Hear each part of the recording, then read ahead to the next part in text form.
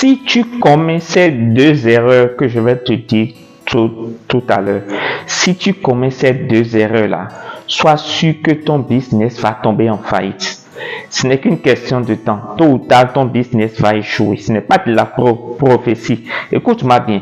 Si tu commets les deux erreurs dont je vais te parler là maintenant, ton business va échouer. Il n'y a pas 36 000 solutions. Donc, écoute-moi pour régler ça dès maintenant. Première chose, si tu vends et que tu ne tiens pas compte de la data, des statistiques, si tu n'utilises pas les statistiques, si tu n'apprends pas à interpréter les statistiques dans ton business, tu vas échouer. Si tu n'utilises pas les données statistiques, les chiffres pour analyser ta création de contenu dans ton business et ton business en général, tu vas échouer. Tu dois connaître les statistiques au jour le jour de ton business. Quel est ton taux d'acquisition? Donc, sur une publicité que tu lances, par exemple, sur 10 $ que tu ou sur 50 $ que tu dépenses, combien de prospects tu arrives à faire entrer dans ton tunnel? Quel est ton taux de fidélisation? Quels sont les pays dans lesquels les gens sont le plus intéressés par ton contenu? Quelles sont les villes où la plupart de tes clients viennent? Quel est ton réseau social? Quel est le réseau social qui marche le plus pour toi? Quel est le produit qui se vend le plus parmi tes produits?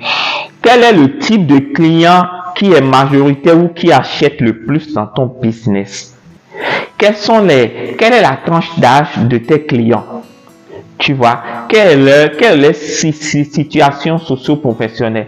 Quelle est leur situation démographique? Dans quelle ville ou quelle commune ils sont le plus, ils résident le plus?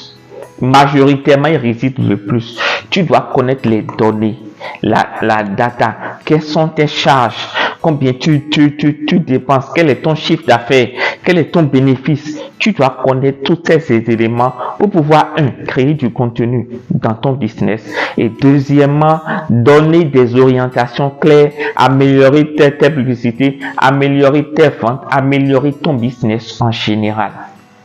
Si tu vends à l'aveuglette et que tu n'as pas les données, tu n'utilises pas les statistiques, tu ne pourras pas aller loin dans ton business. Peut-être que ça marche maintenant, il n'y a pas de souci, ça marche maintenant, mais ça ne marchera pas tout le temps. Tu as la chance du débutant et pendant qu'il est temps, prends le contrôle de ton business en main. La deuxième erreur que tu commets, c'est que tu ne mets pas en avant ton personal branding. Il y a beaucoup de sites, il y a beaucoup de pages, il y a beaucoup de vendeurs avec lesquels je travaille et je leur dis toujours, n'utilisez pas la stratégie des grandes entreprises. Vous êtes des PME. N'utilisez pas la stratégie des grandes entreprises où personne ne connaît le PDG. Le PDG n'est pas connu, mais on connaît l'entreprise. Vous êtes des PME. Et en tant que PME, les gens ont besoin, ce n'est pas des caprices, mais les gens ont besoin de savoir qui est derrière le business. Les gens aujourd'hui veulent une connexion beaucoup plus humaine. Une connexion humaine. Ils ne veulent pas juste parler à une page, à une entreprise, à une personne morale. Ils veulent le contact humain. Les personnes physiques, ils veulent le contact humain. Mettez-vous en avant.